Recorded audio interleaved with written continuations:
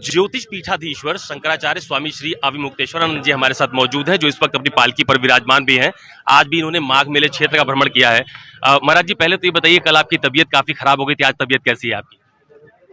ऐसा है कि ये पूरब की जो हवा चलती है ना, तो कभी अपने लोगों को हवा में रहने का डायरेक्ट एयर लगती नहीं है, तो इसके कारण शरीर में ऐंठन और बुखार हो गया था। दवा ले ली गई और ओढ़ करके रह रहे हैं, ठीक है। अब आराम है पहले से? अच्छा महाराज जी, मुझे ये बताइए कि अभी कोई बातचीत हुई कि नहीं हुई, मामला वैसे ही अटका पड़ा है? बात यह है कि अभी तो नोटिस पर नोटिस ही आ रहे हैं, अभी कहाँ बातचीत हुई। अभी तो कालनेमी कहा जा रहा है।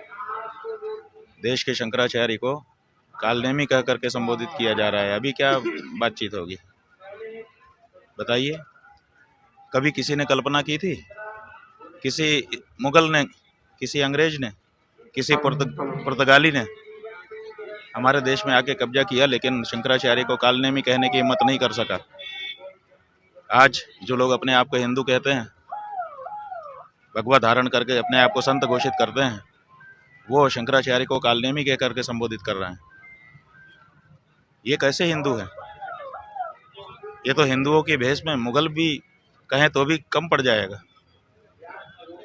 ये बहुत बड़ी कलई खुली है कि ये हिंदू नहीं है। महाराज जी, मैंने आज देखा कि आपके शिविर के आसपास बहुत सारे सीसीटीवी कैमरे लगा दिए गए, कोई खतरा है क्या? आप क्या समझते हो, खतरा नहीं है? जब भरे मेले में हमारा अपहरण करके हमको मारने की प्लानिंग की जा सकती है, तो हमारे पास कौन है? हमारे पास तो एक डंडाधारी भी नहीं है। आप पूरा देख लीजिए, कोई सुरक्षा है? उनके कितने कार्यकर्ता कितनी बड़ी बड़ी सुरक्षा में चल रहे हैं, हमारे पास कौन सी सुरक्षा है? तो कम से कम सीसीटीवी तो रहे, जब हमको कुछ हो जाए तो आप लोग कम से कम उसको खंगाल करके पता तो कर पाएँ कि ऐसे ऐसे हुआ था। इसीलिए हमारे जो शिष्यगण हैं उन्होंने सीसीटीवी लगा दिया है। हमको बताया कि हम लोग लगा रहे हैं, तो हमने कहा ठीक है, लगा दो। महाराज जी, केशव मौर्य जी ने पहल की थी और ये कहा था कि हम जांच करवाएंगे, कार्रवाई करेंगे, महाराज जी को स्नान कर लेना चाहिए। उसके बाद आपने कहा कि बीजेपी अगर केशव जी जैसे लोगों को मुख्यमंत्री बनाती तो अच्छा होता। इसको कैसे देखा जाए महाराज जी? बात यह है कि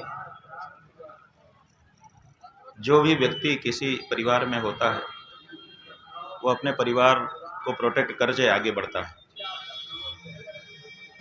जो घटना कराई गई है, उस घटना से पूरा हिंदू समाज, सैकड़ों करोड़ वाला हिंदू समाज उद्वेलित है। देश विदेश से लोग उद्वेलित होकर के हम लोगों से संपर्क कर रहे हैं। स्वाभाविक है कि हिंदू हिंदू कह के अपने सत्ता में आई जो भारतीय जनता पार्टी है, उसकी किरकिरी हो रही है, उसके वोट हर क्षण कम होते चले जा रहे हैं।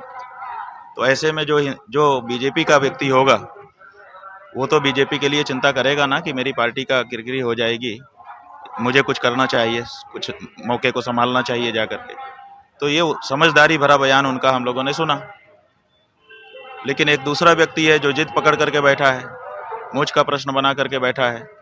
वो संतों से ऊपर अपने आप को समझ रहा है। मुसलमानों की जो खलीफा पद्धति है, जिसमें धर्माचार्य और धर्मगुरु दोनों एक ही व्यक्ति होता है, वो ला करके अब यहाँ पर हिंदुओं के बीच में ठूंसने की कोशिश की जा रही है।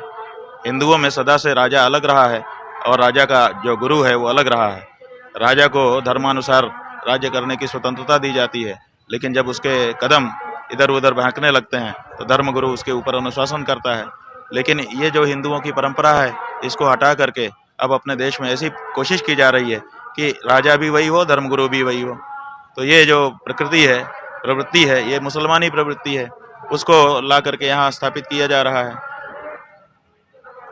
ऐसे व्यक्ति कैसे पार्टी का भला करेंगे? तो इसीलिए हम लोगों ने कहा कि भाई ये देखिए, दो लोग हैं, दोनों भाजपा में हैं, दोनों सरकार का अंग हैं, लेकिन दोनों की सोच में कितना बड़ा अंतर है, ये बात थी। और क्या बात थी? कोई हम उनके सपोर्टर थोड़े हैं मौर्य जी के, हमसे कभी नहीं मिले हैं। आदित्यनाथ से तो महंत गद्दी पर होने के कारण उनके गुरुजी अवैधनाथ जी के समय से ही हमारा संपर्क भी रहा है।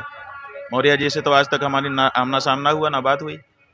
एक अंतिम प्रश्न पूछ रहा हूँ महाराज जी। केशव मौर्य कहते हैं मामला समाप्त हो जाना चाहिए। योगी सरकार में एक और मंत्री है, वो कहते हैं जब कोई अच्छा काम होता है तो उसमें व्यवधान डालने की कोशिश की जाती है, ऐसे लोगों को भगवान सद्बुद्धि दे। ऐसे बयान को किस तरह से देखते हैं आप? ठीक है, ऐसे बयान जो हैं इस बात का द्योतक हैं कि अब इनका टाइम ओवर हो गया, अब ये गद्दी से जाने वाले हैं। आप देख लीजिए, जितने भी रजवाड़े रहे, जितनी भी सरकारें रहीं, जैसे ही उनके अंदर इस तरह का अहंकार आया, उसके बाद से उनका पतन शुरू हो गया। तो ये जो पुराने ज़माने में ढिबरी होती थी ना, जब उसमें भभका मारती थी, भभका आता था, आप लोग पता नहीं समझ पाएंगे कि नहीं, कोई पुराने श्रोता होंगे तो समझ पाएंगे। कुछ ज़्यादा ही लव उसकी उठती थी, तो कहते थे अब ढिबरी भभका मार रही है, अब बुझने वाली है। नहीं, जब चींटा जो है मरने वाला होता है तो उसके पंख निकल आते हैं। ये सब बातें हैं पुराने लोगों ने बताई हुई हैं, तो समझ लो कि डिबरी भभका मार रही है, अब बुझने वाली है। बहुत धन्यवाद हमसे बात करने के लिए। ये ज्योतिष पीठाधीश्वर स्वामी अविमुक्तेश्वरानंद जी हैं। मैं एक बार आपको तस्वीर दिखा देता हूँ। ये देखिए, ये अपनी पालकी पर फिलहाल यहाँ विराजमान है, लेकिन सिक्योरिटी के लिहाज से ये इस तरह के कैमरे, जहाँ पर इनकी पालकी है, जहाँ पर ये बैठते हैं, यहाँ पर भी कैमरे लगाए गए हैं। और ये दूसरी तरफ ये एक और कैमरा आपको तस्वीरों में नजर आ रहा होगा। दरअसल सुरक्षा के लिहाज से ये कैमरा लगाया गया है और खुद शंकराचार्य स्वामी अविमुक्तेश्वरानंद जी की तरफ से साफ तौर पर यह कहा जा रहा है कि सीसीटीवी कैमरे सिर्फ सुरक्षा के लिहाज से लगाए गए हैं, लेकिन एक बड़ा संदेश भी देने की कोशिश की गई है कि अगर प्रशासन अपनी बात पर अडिग है तो वो भी अपनी मांग पर अडिग है। कैमरा पर्सन मिंटू सिंह के साथ अशोक तिवारी, प्रयागराज, न्यूज़ 24।